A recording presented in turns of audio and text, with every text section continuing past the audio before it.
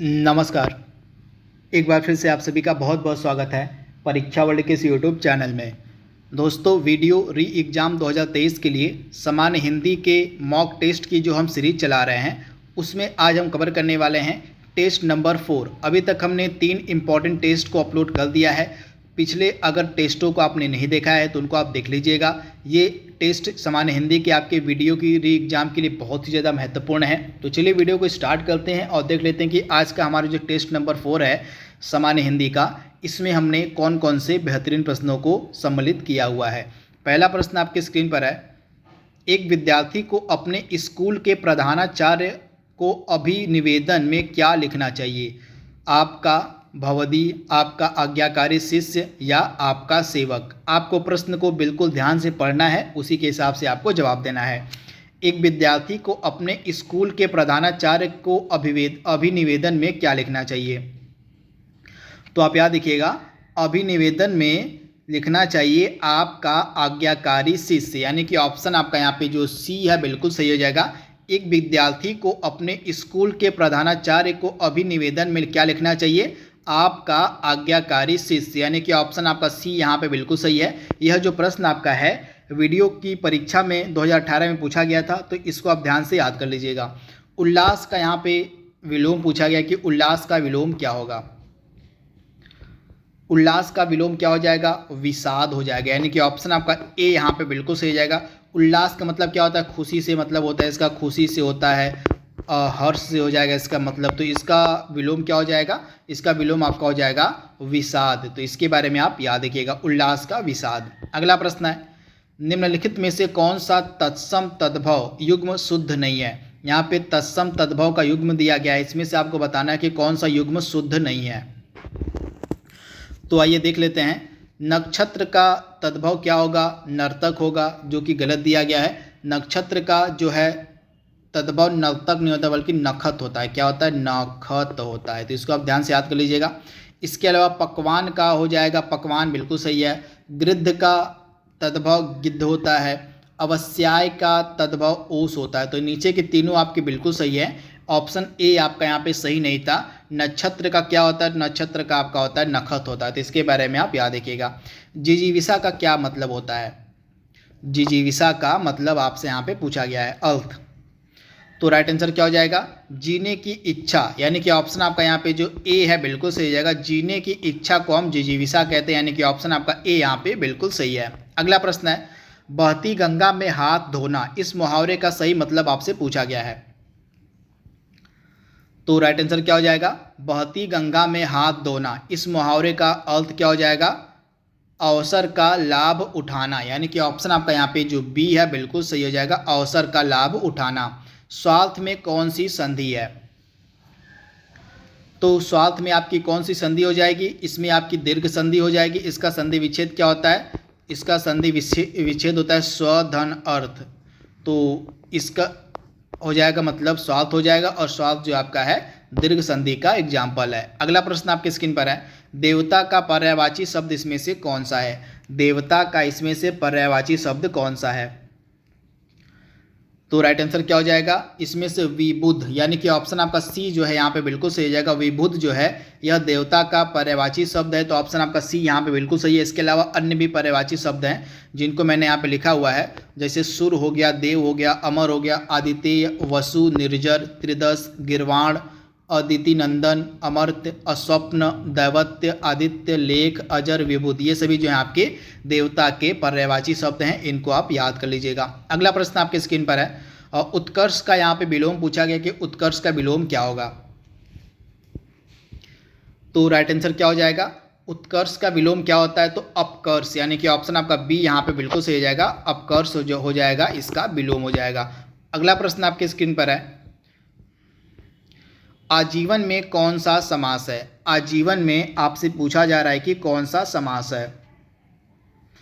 तो आप याद रखिएगा, आजीवन में आपका कौन सा समास हो जाएगा? अव्ययी भाव समास, यानी कि ऑप्शन आपका यहाँ पे जो बी है बिल्कुल सही हो जाएगा, अव्ययी भाव समास। लिंग किस भाषा का शब्द है? लिंग जो है किस भाषा का शब्द है? तो राइट आंसर क्या हो जाएगा?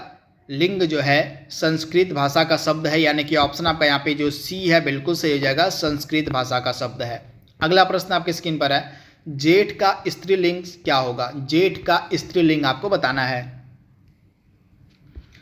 तो जेठ का स्त्रीलिंग हो जाएगा जेठानी, यानी कि ऑप्शन आपका यहाँ पे जो डी है बिल्कुल सही हो जाएगा। स्त्रीलिंग और पुल्लिंग भी आपसे पूछे जाएंगे एग्जाम में, तो यहाँ पे आपको बताना है अगला प्रश्न में कि कौन सा पुल्लिंग और स्त्रीलिंग का जोड़ा सही नहीं दिया गया है।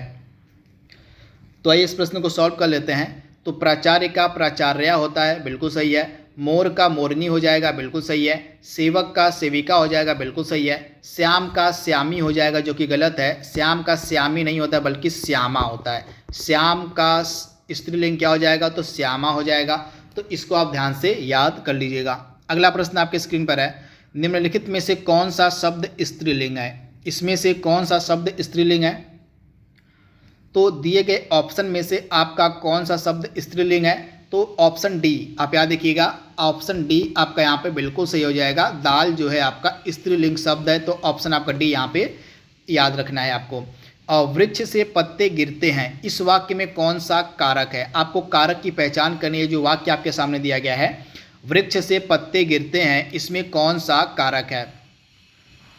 तो यहाँ पे अलगाव की स्थिति से का जो प्रयोग है कारक चिन्ह का, ये जब अलगाव के संदर्भ में किया जाए, यहाँ पे आप देख पा रहे हैं जो पत्ते हैं ये पेड़ों से अलग हो रहे हैं, यानी कि यहाँ पे अलगाव की स्थिति बन रही है। तो जहाँ पर भी अलगाव की स्थिति आपको देखने को मिले, वहाँ पर आंख बंद करके आप लगा दीजिएगा कि वहाँ पर अपादान कारक होगा, यानी कि ऑप्शन आपका यहाँ पे जो डी है बिल्कुल सही हो जाएगा। वृक्ष से पत्ते गिरते हैं, इसमें आपको दिख रहा है कि जो पत्ते हैं वे वृक्ष से अलग हो रहे हैं, तो इसको आप ध्यान से याद कर लीजिएगा। जहाँ पर भी अलगाव की स्थिति दिखे आपको, वहाँ पे आपका अपादान कारक हो जाएगा। यहाँ पे कारकों के चिन्ह लिखे गए हैं जिनको आप याद कर सकते हैं। तो कर्ता ने कर्म को करण से के द्वारा संप्रदान के लिए, यहाँ पे आप देख पा रहे हैं अपादान से अलग होने के अर्थ में इसका प्रयोग किया था। इसके अलावा संबंध का की के रारी रे अधिकरण में पर, तो इसको आप याद कर लीजिएगा, इंपॉर्टेंट है। ये सभी कारक चिन्ह एग्जाम में पूछे जाते हैं।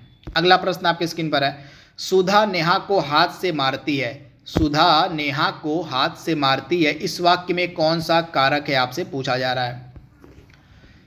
तो आप याद रखिएगा, इसमें आपका कौन सा कारक हो जाएगा? तो करण कारक हो जाएगा। ऑप्शन आपका सी यहाँ पे बिल्कुल सही हो जाएगा, करण कारक। भारतीय शब्द का बहुवचन क्या होगा? भारतीय शब्द का बहुवचन, तो भारतीय शब्द का बहुवचन क्या होता है? भारतीयों, यानी कि ऑप्शन आपका यहाँ पे जो ए है बिल्कुल सही हो जाएगा, भारतीयों। अगला प्रश्न आपके स्क्रीन पर है, शुद्ध वर्तनी के लिए सही विकल्प आपको छांटना है। शुद्ध वर्तनी के लिए सही विकल्प आपको छांटना है।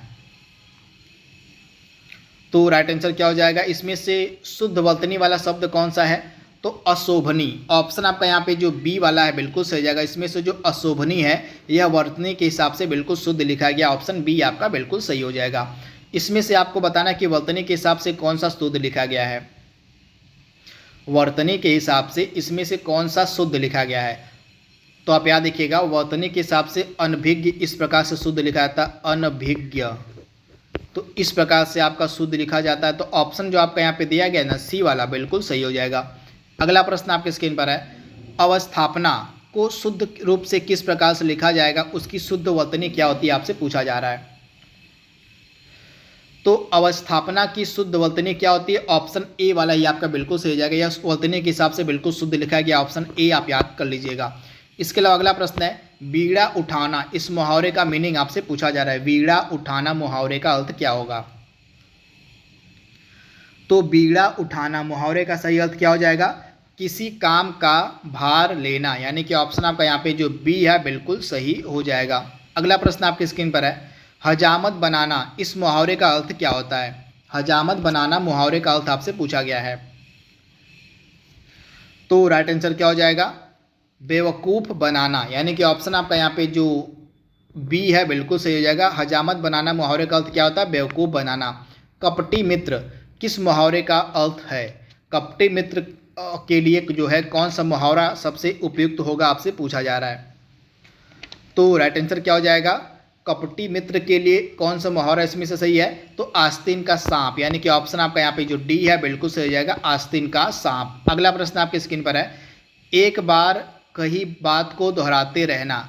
तो इसके लिए एक शब्द का आपको प्रयोग करना है। जो व्यक्ति एक बार कही बात को दोहराते रहता है उसके लिए एक शब्द का हम प्रयोग क्या करेंगे? तो इसके लिए एक शब्द का प्रयोग होता है पिष्टपेषण, यानी कि ऑप्शन आपका यहाँ पे जो डी है बिल्कुल सही हो जाएगा, पिष्टपेषण। तो इसके बारे में आप याद देखिएगा, इसका मतलब क्या हो जाएगा? पिष्टपेषण का एक बार कही बात को दोहराते रहना। अगला प्रश्न है मुश्किल से खाया जाने वाला, इसके लिए एक शब्द का आपको प्रयोग करना है। तो मुश्किल से खाया जाने वाला, इसके लिए एक शब्द का प्रयोग हम क्या करेंगे? दुर्भेक्ष, यानी कि ऑप्शन आपका जो यहाँ पे ए है बिल्कुल सही जाएगा, दुर्भेक्ष।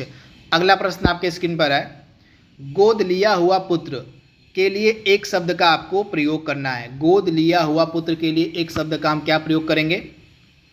तो इसको हम बोलते हैं दत्तक पुत्र। जो पुत्र जो है गोद लिए जाते हैं उनको हम दत्तक पुत्र के नाम से जानते हैं। तो ऑप्शन आपका बी यहाँ पे बिल्कुल सही हो जाएगा। तो इस प्रकार से आज का सामान्य हिंदी का जो मॉक टेस्ट था चौथे नंबर का उसको हमने यहाँ पे कंप्लीट कर लिया है।